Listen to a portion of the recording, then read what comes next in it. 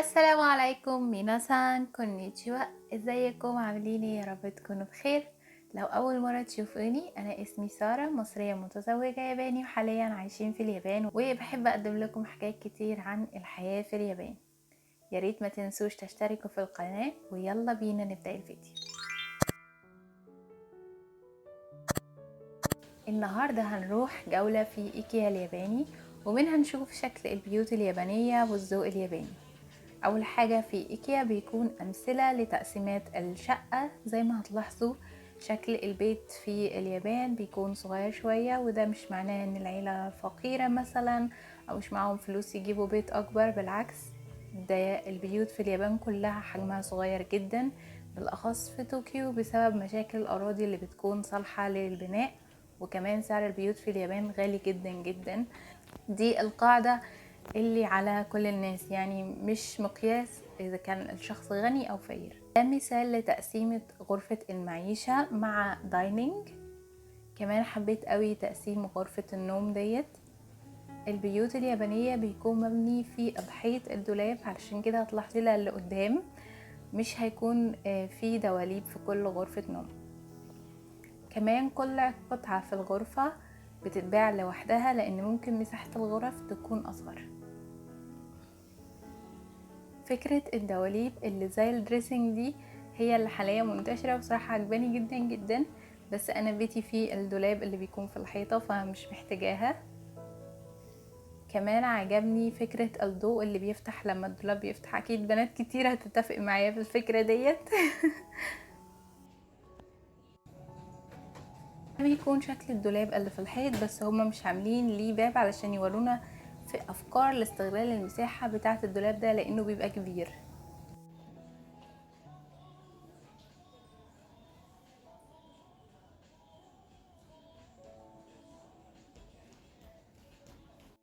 ده مثال تاني لتقسيم شقة بشكل مختلف.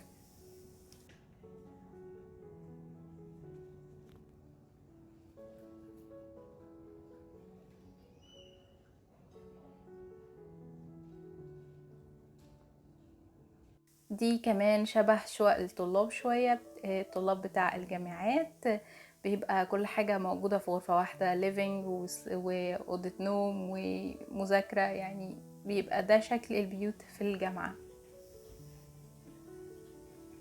كل غرفة بيكون فيها رسمة متعلق فيها مكتوب مساحة الغرفة ديت، وكمان كل قطعة أساس موجودة مساحتها وارتفاعها، عشان مثلا لو في حد مش عاجبه شكل قطعة الأساس ديت ممكن يختار شكل تاني بس تكون الأبعاد متشابهة، ويقدر يختار من القسم اللي هنشوفه قدام شوية في الفيديو. كمان بعض البيوت في اليابان بيبقى فيها جنينة صغيرة أو بلكونة عريضة شوية، فعاملين أفكار لاستغلال المساحة الصغيرة ديت.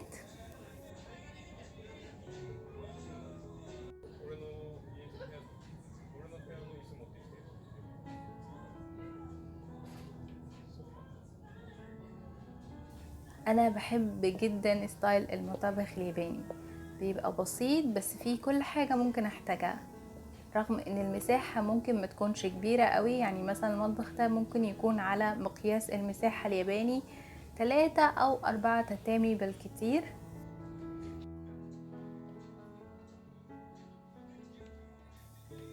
اللون ده اكتر لون بحبه في الكنب، ومعاه الازرق الملكي. اكتبولي في الكومنتات الوان الكنب اللي بتحبوها.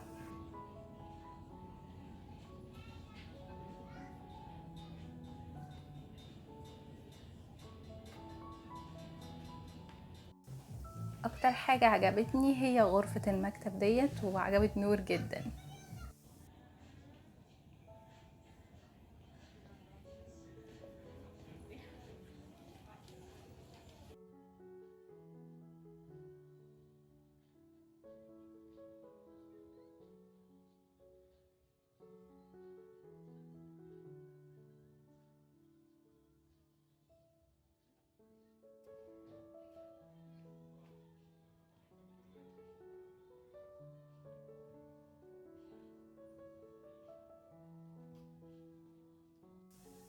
بعد كده امثلة وستايلات مختلفة للمطابخ اليابانية.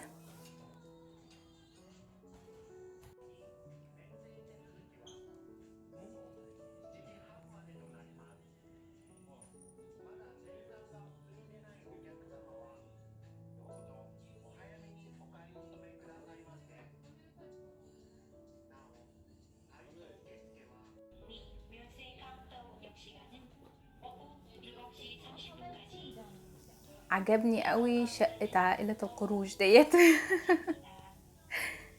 اخر حاجة موجودة في الامثلة كانت غرف للاطفال.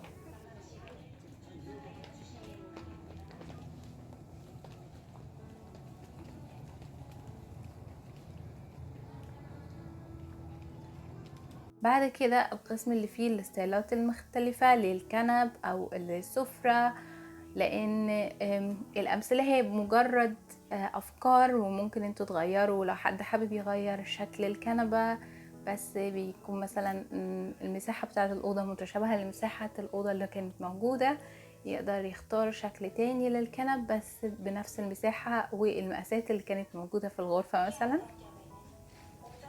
اكتر لون بيحبه اليابانيين في الاساس هو الابيض واللون الخشبي، علشان كده هتلاحظوا انه اكتر لون منتشر.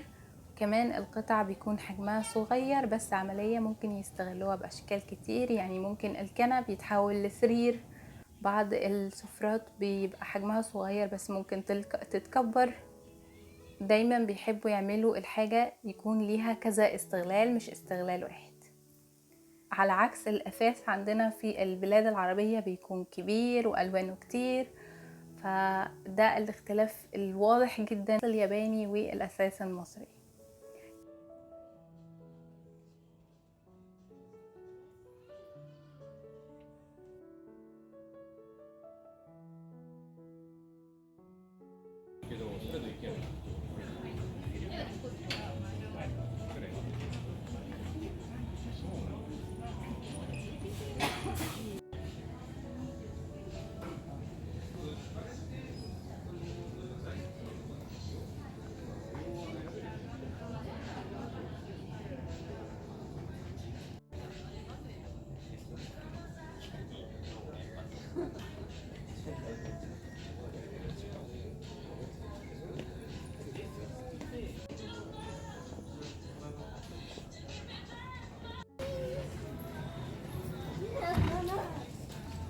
كده فيديو النهارده خلص، اتمنى يكون عجبكم. لو حبيت جولات زي دي كتير ياريت تقولولي في التعليقات، واشوفكم الفيديو الجاي.